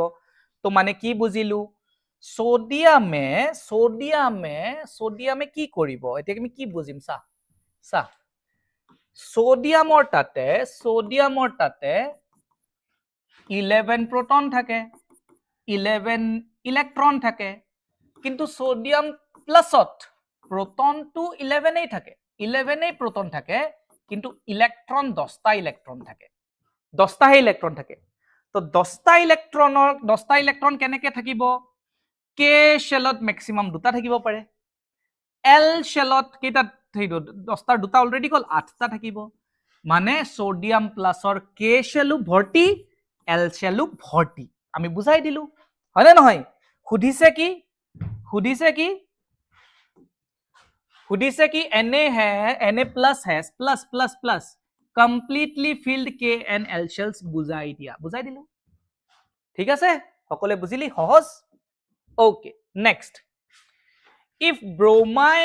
bromine atom is available in the form say two isotopes eta hol A2 aru antu hol A2 aru yar percentage calculate the average atomic mass of bromine ইয়াৰ কাৰণে ডাইৰেক্ট এটা ফৰ্মুলা আছে ততক মই ডাইৰেক্ট ফৰ্মুলা লিখি দিছো হয় না নহয় percentage মানে কি বুজায় 100 ৰ ভিতৰত বুজায় 100 ৰ ভিতৰত হয় না নহয় তো এভারেজ এটমিক মাস ইয়াতে লিখি দিছো দেই ইয়াতে লিখি দিছো এভারেজ এটমিক মাস যে হ'ব এভারেজ এটমিক মাস সর ফর্মুলা কি প্রথম মাসটো কিমান 79 আকৌ মই ক্লাস চালে হল জুনে বুজি নাপাও 79 ইনটু ইয়াৰ সংখ্যা কিমান এইটো ধ্যান দিবই নালাগে তলৰটো ধ্যান দিবই নালাগে মাস সুধিছে ন এইটো হল এটমিক নাম্বাৰ তলৰটো ধ্যান নিদিবি ওপৰটো চা 79 আৰু ইয়াৰ পাৰ্সেন্টেজ 49.7 মানে কি 100ৰ ভিতৰত কিমান 49.7 তো টোটাল 100 বুলি ধৰিব লাগিব পাৰ্সেন্টেজ আছে ন তো তলত টোটালটো দিব লাগে 100 আৰু ওপৰত তাৰ সংখ্যাটো দিব লাগে তাৰ এমাউন্ট কিমান 49.7 প্লাস হয় না নহয় এইটো অকলে কৰিলে নহব যিমান কেটা দেৰাকে সবৰ কাৰণে কৰিব লাগিব ইয়াৰ মাস নাম্বাৰ কিমান 81 ইনটু কি কৰিব লাগিব ততে নিজে ক টোটাল দুইটা মিলি কিমান 100 ন তো তলত 100 আৰু ইয়াৰ সংখ্যাটো কিমান 50.3 এইটো হল ডাইৰেক্ট ফৰ্মুলা জুনে এইটো বুজি পোৱা নাই মোৰ ক্লাসটো চাই ললে হল তলত টোটাল লিখিব লাগে যেটা পাৰ্সেন্টেজ থাকা মানে 100 ৰ ভিতৰত গতিকে টোটাল দুইটাতে 100 আৰু 100 ৰ ভিতৰত ইয়াৰ সংখ্যা 49.7 আৰু ইয়াৰ 50.3 ইয়াৰ সংখ্যাটো ইয়াত সিম্পল এইটো ফৰ্মুলা বেস কোৱেশ্চন ঠিক আছে এইটো কোৱেশ্চন যদি বুজি পাইছো তেনহলে তাৰে তলৰ কোৱেশ্চনটো সহজ কি কৈছে এবাৰ উল্টা দিছে এবাৰ উল্টা কৰিব দিছে he কৈছে average atomic mass of a sample of an element x is 16.2 he এবাৰ average atomic mass টো দি দিছে মানে আমি ফৰ্মুলাটো যে কও লেফট সাইডত average atomic mass হেতু দি দিছে কিমান 16.2 দি দিছে হেতু এতিয়া কি কৈছে where the percentage of isotope percentage সুধিছে মানে 100ৰ ভিতৰত ইয়াৰ সংখ্যা কিমান সুধিছে আৰু 100ৰ ভিতৰত ইয়াৰ সংখ্যা কিমান সুধিছে হয় না নহয় মানি ললো ইয়াৰ 100ৰ ভিতৰত ইয়াৰ এমাউন্ট হল x এমাউন্ট বুলি ধৰি ললো 100ৰ ভিতৰত ই x আছে তো আনটো কিমান আছে 100 - x এ থাকিব 100টাৰ ভিতৰত ইয়াৰে যদি xটা আছে ইয়াৰ 100 - x থাকিব 100ৰ ভিতৰত ইয়াৰ যদি 20টা আছে ইয়াৰ 80টা থাকিব 100ৰ ভিতৰত ইয়াৰ যদি 30টা আছে ইয়াৰ 70টা থাকিব বুজি পালি হয় না নহয় তো কি হ'ব ইয়াৰ মাস 16 ইনটু 100ৰ ভিতৰত ইয়াৰ আছে x প্লাস ইয়াৰ মাস 18 ইনটু 100ৰ ভিতৰত ইয়াৰ কিমান আছে 100 - x এইটো হৈ গল তো এইটো এটা দীঘল কোৱেশ্চন ইয়াৰ এটা ইকুৱেশন ততে পঢ়িছো এটা ইকুৱেশন যত এটা আননোন আছে x ওলাই গলে পাৰ্সেন্টেজ ওলাই যাব x ৰ ভ্যালু যি হ'ব হেতু হ'ব প্ৰথমটোৰ পাৰ্সেন্টেজ আৰু দ্বিতীয়টোৰ পার্সেন্টেজ হ'ব 100 - x ঠিক আছে তো এই দুইটা অংক এই যোনটো 10 নম্বৰ অংকটো আৰু 11 নম্বৰটো এই দুটা এই ফৰ্মুলা সবে পজ কৰি চাই লবি লাগিলে এই দুটা ফৰ্মুলা দুটা মাৰি x সলভ কৰিলে হৈ যাব ঠিক আছে বুজিলি ওকে তো আমি নেক্সট প্ৰশ্নটো লৈ যাম এইখিনি মুছা গুছি যায় কোনবাই যদি দিগদাৰ পাও আৰু আগত অলপমান আগুৱাই লবি ভিডিওটো আৰু চাই লবি এবাৰ ঠিক আছে এতিয়া সুধিছে হস কোৱেশ্চন দিছে আৰু কি সুধিছে z যদি 3 হয় z মানে এটমিক নাম্বাৰ মানে প্ৰটনৰ নাম্বাৰ 3 যদি হয় ইলেক্ট্ৰনৰো নাম্বাৰ কিমান হ'ব 3 তো এইটো কোৱেশ্চন মই বেলেগ আৰু বৰ্ডত নাযাও এইখন বৰ্ডতে বুজাই দিছো এইটো ইজি কোৱেশ্চন proton ইয়াৰ মানে হল proton 3টা আছে proton 3টা মানে ইলেক্ট্ৰনো কেইটা আছে 3টা আছে ইলেক্ট্ৰনো 3টা আছে এতিয়া সুধিছে what would be the valency of the element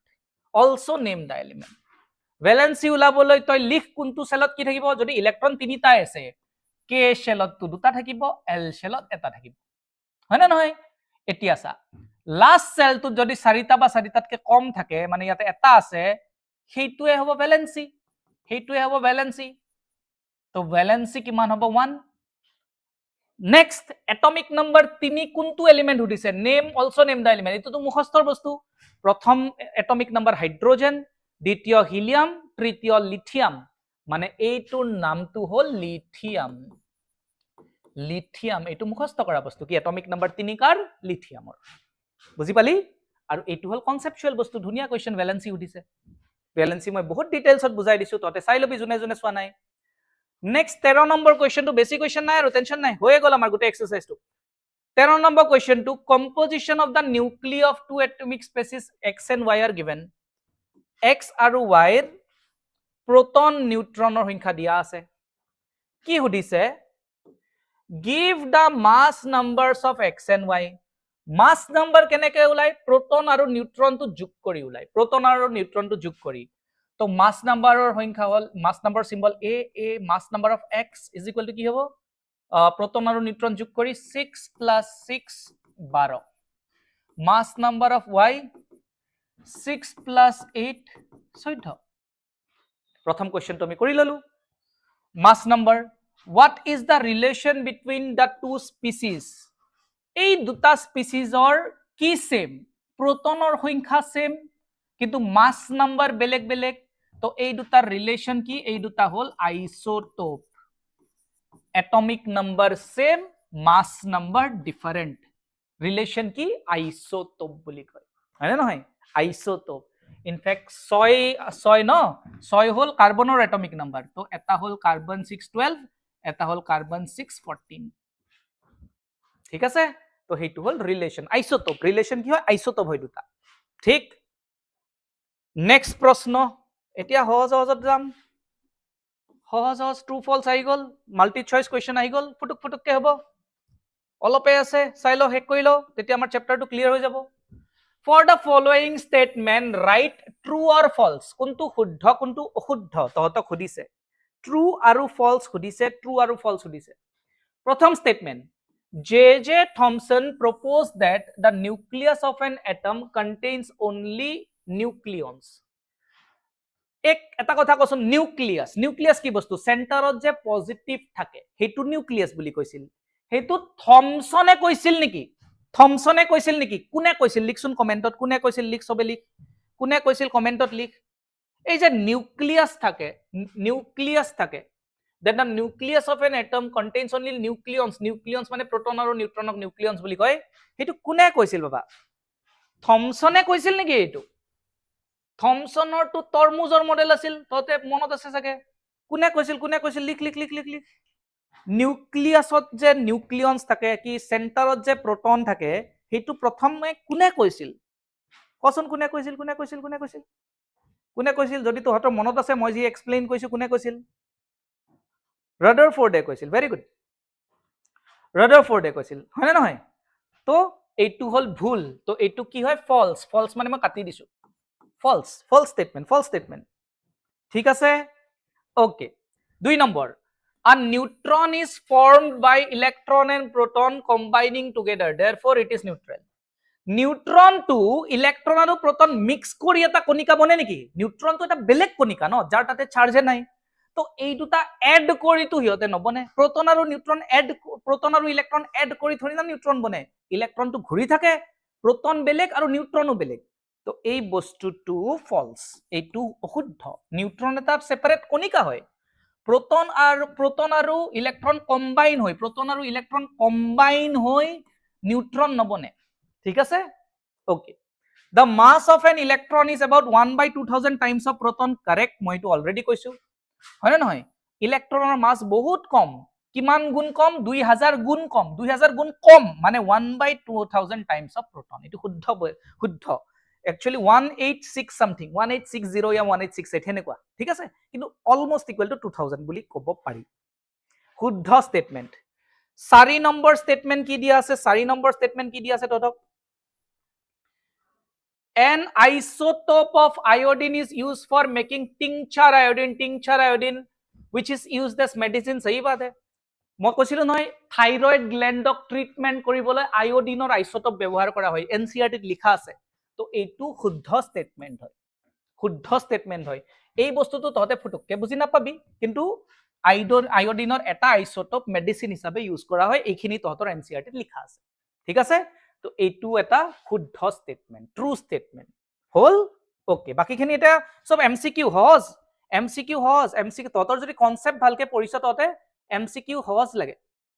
আৰু মই মোৰ ক্লাস যদি চাইছ তহতৰ এমসিকিউ ভুল নহয় চিন্তা নকৰিবি নেক্সট কি উদিছে Rutherford's alpha particle scattering experiment Rutherford যে গুলি মাৰিছিল পেপাৰত responsible for discovery of Rutherford কি ডিসকভাৰি কৰিছিল Rutherfordৰ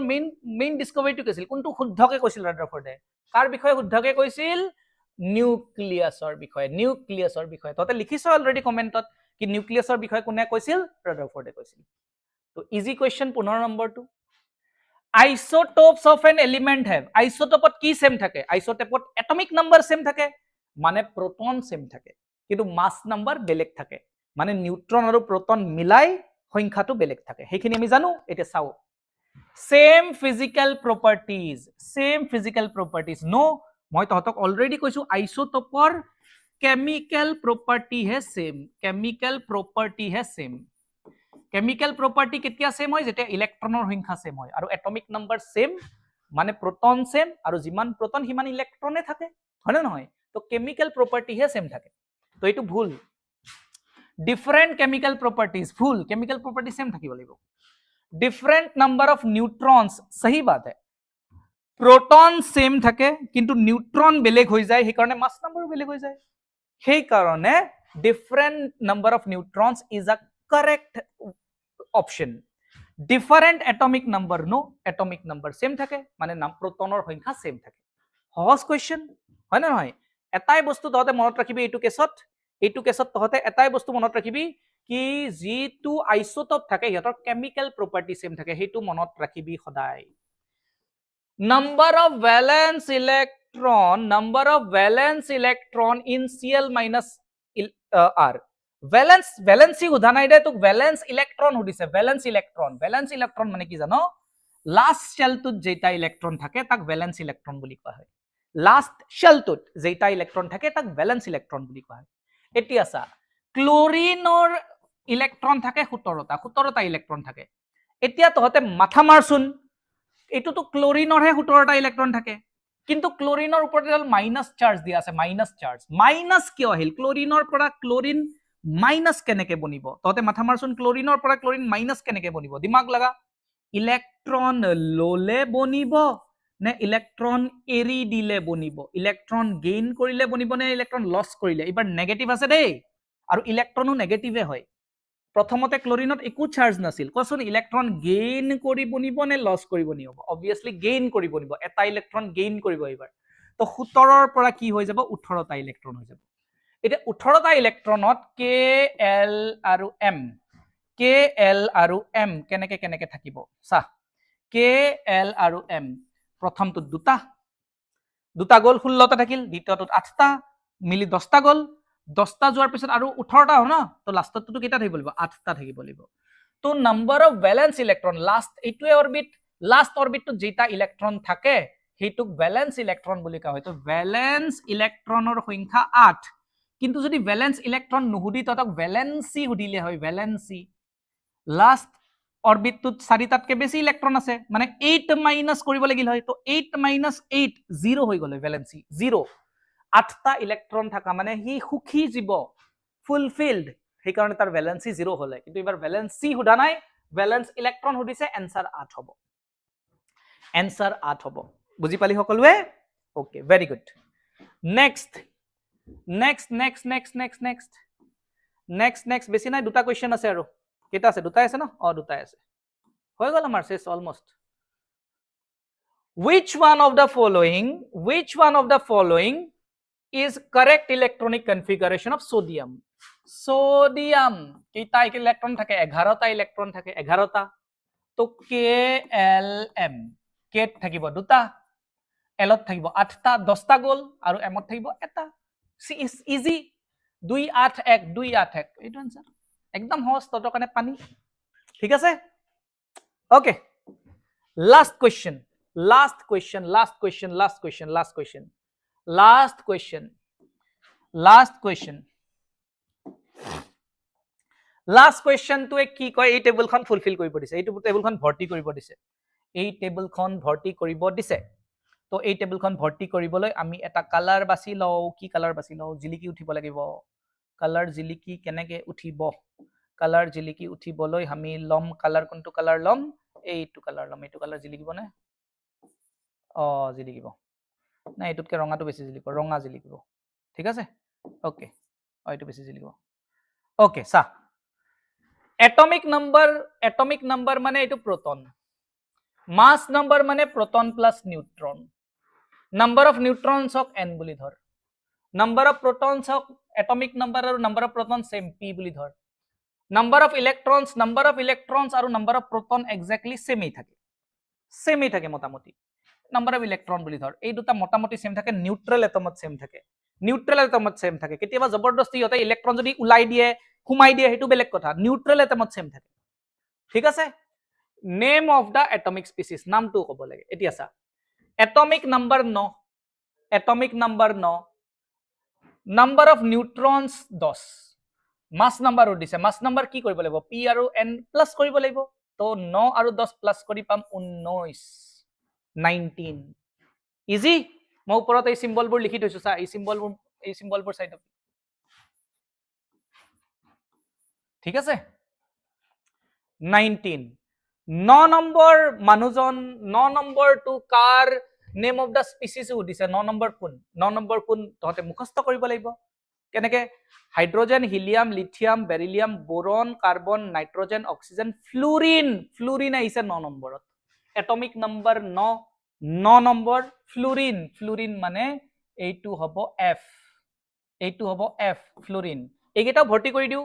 নাম্বাৰ অফ প্ৰোটনস আৰু এটমিক নাম্বাৰ কি থাকে সেম থাকে হয় না নহয় তো এইটো 9 হ'ব নাম্বাৰ অফ ইলেক্ট্ৰনস যদি কিহতে বেলেগকে কৈ দিয়া এটোক ইলেক্ট্ৰন ঘুমাই দিছে বা উলাই দিছে প্ৰোটন আৰু ইলেক্ট্ৰনৰ সংখ্যা জেনাৰেলি সেম থাকে যদি ইহতে বেলেগকে নাই কোৱাতক কি ইলেক্ট্ৰন ঘুমাইছে বা ইলেক্ট্ৰন উলাইছে হয় না নহয় তো এই বস্তুখিনি বুজি পালি ফাৰ্স্টটো বুজি পালি ধুনিয়াকে ওকে গুড সেকেন্ডটো number of proton 16 number of mass number মানে প্ৰোটন আৰু নিউট্ৰন মিলাই 32 দুইটা মিলাই 32 এটা 16 তো আনটো কিমান হদিছে তো মাইনাস কৰি দিলে হল 32 ৰ পৰা 16 মাইনাস কৰি দে তো নাম্বাৰ অফ নিউট্ৰন কিমান পাবি 16 পাবি তেতিয়া 16 মিলি 32 হ'ব তাৰ পিছত কি উঠিছে number of proton atomic number যিমান হেতু সদায় এই দুটা সদায় সেম থাকিব এটমিক নাম্বাৰ যিমান হিমানেই নাম্বাৰ অফ প্ৰোটনস সেই কাৰণে মই ইয়াতে p লিখি দিছো ইয়াতে p লিখি দিছো নেক্সট কি উঠিছে নাম্বাৰ অফ ইলেক্ট্ৰনস যদি হে ইলেক্ট্ৰন হলুৱা হলনি কৰা নাই তেনেহলে যিমান প্ৰোটন থাকে সিমানটা ইলেক্ট্ৰন থাকে আৰু ইলেক্ট্ৰন হলুৱা বা কটো একো ইয়াতে হিন্ট নাই হয় না নহয় আৰু এটমিক নাম্বাৰ 16 মানে কোন হয় সালফাৰ লিখিয়ে দিছে এটো ফ্লুৰিন এটো সালফাৰ ঠিক নেক্সট কি সুধিছে কি কৈছে নাম্বাৰ অফ প্ৰোটনস 12 কৈছে নাম্বাৰ অফ প্ৰোটনস 12 মানে তাৰ এটমিক নাম্বাৰটো কিমান হ'ব 12 এই দুটা ভ্যালু সদায় সেম থাকিব এতিয়া সা এটমিক নাম্বাৰ 12 মাস নাম্বাৰ 24 তো নাম্বাৰ অফ নিউট্ৰনস কিমান হ'ব মাইনাস কৰি দিলে 12 হ'ব 12 মিলিয়ে তো 24 হ'ব ঠিক আছে অঙ্ক একো নাই সা যিমানটা প্ৰোটন থাকে সিমানটা ইলেক্ট্ৰন থাকে তো এইটো কিমান হ'ব 12 ঠিক এতিয়া এটমিক নাম্বাৰ 12 কাৰ মুখস্থ কৰিব লাগিলা কও হয় না নহয় ফ্লুৰিনলৈ কিমান আছিল ফ্লুৰিনলৈ 9 আছিল ফ্লুৰিনৰ পিছত নিয়ন ঠিক আছে নিয়নৰ পিছত সোডিয়াম 11 ম্যাগনেসিয়াম 12 তো এইটো কি হল ম্যাগনেসিয়াম মুখস্থ কৰিব লাগিব উপায় নাই এই নামটো মুখস্থ কৰিব লাগিব পিৰিয়ডিক টেবুলৰ 20টা এলিমেন্ট সকলে মুখস্থ কৰি থবি গুটেই পিৰিয়ডিক টেবুলখনৰ মুখস্থ কৰিব পাৰি মই ততক টেকনিক দি দিম দে পিছত গুটেই পিৰিয়ডিক টেবুলখন কেনেকে মুখস্থ কৰিব পাৰি বিৰাট কামত আহে তাৰ পিছত কি মাস নাম্বাৰ 2 দিয়া আছে নাম্বাৰ অফ প্ৰোটনস 1 দিয়া আছে মানে এটমিক নাম্বাৰো 1 মানে হাইড্ৰোজেন হয় এটো হাইড্ৰোজেন হয় না নাই হাইড্ৰোজেনৰ এটা আইসোটোপ এতিয়া সা প্ৰোটনৰ সংখ্যা 1 কিন্তু মাস নাম্বাৰ 2 মানে নিউট্ৰনো কেইটা থাকিব লাগিব এটা থাকিব লাগিব 1 + 1 2 তেতিয়া হ'ব হয় না নহয় এতিয়া একো যদি নকয় যিমান প্ৰোটন থাকে সিমানে ইলেক্ট্ৰন থাকে প্ৰোটন যদি এটা আছে ইলেক্ট্ৰনো এটা থাকিব ঠিক আছে আৰু এইটো হল তোৰ হাইড্ৰোজেন কিন্তু নৰ্মেল হাইড্ৰজেন নহয়, এইটো ডিউটেৰিয়াম বুলি কয়। আইসোটোপ নৰ্মেল হাইড্ৰজেনত নিউট্ৰন 0 থাকে, মানে প্ৰটন এটা মাছ নাম্বাৰো একে থাকে, নিউট্ৰন 0 থাকে, এইটোৰ নাম ডিউটেৰিয়াম হয়। ডিউটেৰিয়াম যাক লিখাও এনেকে হাইড্ৰজেন তলত 1 ওপৰত 2, isotope of hydrogen deuterium isotope of hydrogen. Normal hydrogen কি থাকে জানো, এইচৰ তলতো 1 থাকে ওপৰতো 1 থাকে, নৰ্মেল হাইড্ৰজেনত নিউট্ৰন নাথাকে, সেইটো মুখস্থ কৰা বস্তু, ঠিক আছে, বিকজ নিউট্ৰন সেম থাকিব কোনো গ্যাৰান্টি নাই। এনচিইআৰটিত হাইড্ৰজেনৰ 3টা আইসোটোপৰ বিষয়ে লিখা আছে, প্ৰোটনিয়াম যোনটো নৰ্মেল হাইড্ৰজেন, তাৰপিছত ডিউটেৰিয়াম, তাৰপিছত ট্ৰিচিয়াম, 3টা আইসোটোপ আছে, মুখস্থ কৰি থবি। লাষ্টটোত কি উঠিছে, mass number 1, mass number 1 number of protons 1, proton 1 মানে এটমিক নাম্বাৰ 1, মাছ নাম্বাৰ 1 মানে নিউট্ৰন কিমানটা থাকিব লাগিব, 0টা থাকিব লাগিব, 0 লিখাই আছে ইয়াতে, হয় নে নহয়, 0 লিখাই আছে ইয়াতে, 0 লিখাই আছে, বুজি পালি, আগৰখিনি মুছা গল দেই মই ফটককে, ঠিক আছে, এইটোত লাষ্টটোত কৈ দিছো মই। তো এটমিক নাম্বাৰ 1 হয় নে নহয়, আৰু তোৰ নাম্বাৰ অফ নিউট্ৰন 0, ঠিক আছে, নাম্বাৰ অফ ইলেক্ট্ৰন হি নিজে লিখি দিছে 0, নাম্বাৰ অফ ইলেক্ট্ৰন যদি 0 লিখি দিছে, প্ৰোটন আৰু ইলেক্ট্ৰনৰ সংখ্যা জেনাৰেলি সেম থাকে, 0 লিখা মানে সি এটা ইলেক্ট্ৰন লুজ কৰি দিছে, হয় নে নহয়, জবৰদস্তি 0 লিখিছে, এই দুটা সংখ্যা সেম ৰাখা নাই। এইটো হল নৰ্মেল হাইড্ৰজেন যাৰ মাছ নাম্বাৰ 1 আৰু মাছ নাম্বাৰ 1 এটমিক নাম্বাৰ 1, মানে এইটো বস্তু হয়, এইটো বস্তু মাছ নাম্বাৰ 1 এটমিক নাম্বাৰ 1 নিউট্ৰন 0, যাক আমি কি বুলি কওঁ, প্ৰোটনিয়াম বুলি কওঁ, মানে নৰ্মেল হাইড্ৰজেন। কিন্তু হাইড্ৰজেনে যেতিয়া ইলেক্ট্ৰনটো নিজৰ এৰি দিছে, মানে সি হাইড্ৰজেন হৈ থকা নাই, H+ হৈ গৈছে, ইলেক্ট্ৰনটো এৰি দিছে, ইলেক্ট্ৰন 0 হৈ গৈছে নহয়, H+, লাষ্টটো H+ মানে একো নহয়, জাষ্ট এটা প্ৰোটন হয়, H+ মানে প্ৰোটন, তো এইটো প্ৰোটন লিখি দিব পাৰো লাষ্টত। H+ মানে কি, হাইড্ৰজেনত এটা প্ৰোটন আৰু এটা ইলেক্ট্ৰন থাকে, নৰ্মেলি ইলেক্ট্ৰনটো এৰিয়ে দিলে কি থাকিল, প্ৰোটন এটো থাকিল, তো H+ লিখা মানে প্ৰোটন লিখা, কথাটো একেই। তো এই গোটেই টেবুলখন হৈ গল আমাৰ, হয় না নহয়। তো যাৰ এই চেপ্টাৰটোত মাষ্টাৰি কৰিব মন, যাৰ এই চেপ্টাৰটোত মাষ্টাৰি কৰিব মন, সি মোৰ গোটেই 3টা লেকচাৰ আছে চাগে, এইটো 3টা বা 4টা লেকচাৰ আছে, গোটেইকেইটা চাবি আৰু আজিৰ এক্সাৰসাইজখিনি গোটেই কৰি লবি, গ্যাৰান্টিড তহঁতৰ বোৰ্ডত কনসেপচুৱেলি সব বস্তু বুজি পাবি। মুখস্থ কৰিলেতো বাকি প্ৰেক্টিস কৰিবই লাগে, প্ৰেক্টিস কৰিলে মনত থাকে, কিন্তু মুখস্থ কৰিব নালাগে, বুজি এনেকে কৰিব লাগে, ঠিক আছে। আই হোপ তহঁতে এই ক্লাসটো ভাল পালি, ঠিক আছে। নেক্সট মই আৰু আহিম মোশন চেপ্টাৰটোৰ এক্সাৰসাইজখিনি, মোশন চেপ্টাৰটো যিমানখিনি তহঁতৰ এক্সাৰসাইজ আছে, এনেকে যেনেকে আজি কনসেপচুৱেলি সলভ কৰিলো, মোশন চেপ্টাৰৰো এক্সাৰসাইজখিনি কনসেপচুৱেলি সলভ কৰিম, কিন্তু তাৰে আগতে হয়তো আমি বেলেগ চেপ্টাৰো স্টাৰ্ট কৰিম, মোশন চেপ্টাৰটো মাজতে আহি একদিন এক্সাৰসাইজ সলভ কৰিম আমি, ঠিক আছে। তাৰে আগতে আমি বেলেগ চেপ্টাৰ স্টাৰ্ট কৰিম, most probably next chapter আমি biology লম, বহুত দিন আমি physics, এটা physics পঢ়িলো, এটা chemistry পঢ়িলো, next এটা আমি biologyও পঢ়ি চাম, next এটা কেনেকুৱা লাগে, হয় না নহয়। তাৰপিছত আকৌ মই তহঁতক বেসিক্যালি physics আৰু chemistry ক্লাसेस কৰিব আহিম। তো biologyৰ যোনজন ফেকাল্টিজ তহঁতে ছাৰ ল'ব, তেওঁ হ'ল ডক্টৰ শশাংক স্যাৰ এজন, আৰু নহলে ল'ব ডক্টৰ ৰোহিত স্যাৰ, ঠিক আছে।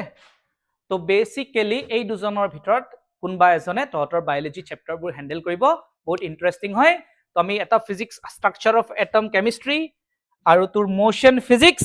আৰু এটা বায়োলজিও পঢ়ি চাও, তিনিওটা এবাৰ পঢ়ি চাম, তাৰ পিছত আকৌ মই লজ অফ মোশনৰ পৰা স্টাৰ্ট কৰি আকৌ তহঁতে মেটাৰ এৰাউণ্ড আছ আৰু পিওৰ নে কি সেইটো বজাব দিছ, সেইটো থিওৰিটিকেল চেপ্টাৰ হয়, কথা নাই, সেইটো মই হ্যান্ডেল কৰি ল'ম গোইং ফৰৱাৰ্ড, ঠিক আছে। ওকে, তো মাৰি ল'বচোনটো কৰাই দিবচোন, এক্সাৰসাইজ এক্সামত আহিব পৰা নাই, আহিব এক্সাৰসাইজ কৰা নাই, এক্সাৰসাইজ বাট, ঠিক আছে, এক্সাৰসাইজ ওকে, ঠিক আছে। মই মোশন চেপ্টাৰৰ পুৰা এক্সাৰসাইজ কৰাই দিম, চিন্তা কৰিব নালাগে, মই যোনকেইটা চেপ্টাৰ ল'ম তাৰে গোটেই এক্সাৰসাইজ মই কৰাই যাম, তহঁতক চিন্তা কৰিব নালাগে, খালি যোনকেইটাই ক্লাছ কৰি আছ সেইকেইটাই মনোযোগেৰে ক্লাছ কৰিবি। বহুত ধুনীয়াকে আমি সায়েন্স চেপ্টাৰটো দুইটা ক্লাছ 10 আৰু ক্লাছ 9 শেষ কৰিম ভালকে, হয় না নহয়, তাকো ফ্ৰী অফ কষ্ট বেসিক্যালি শেষ কৰিম, তাকো এনেকে ৰাতি পঢ়াই শেষ কৰিম। কেতিয়াবা তহঁতৰ মানে আমি এটা বেলেগ প্লেনো কৰি আছো, তহঁতক সোনকালে কম,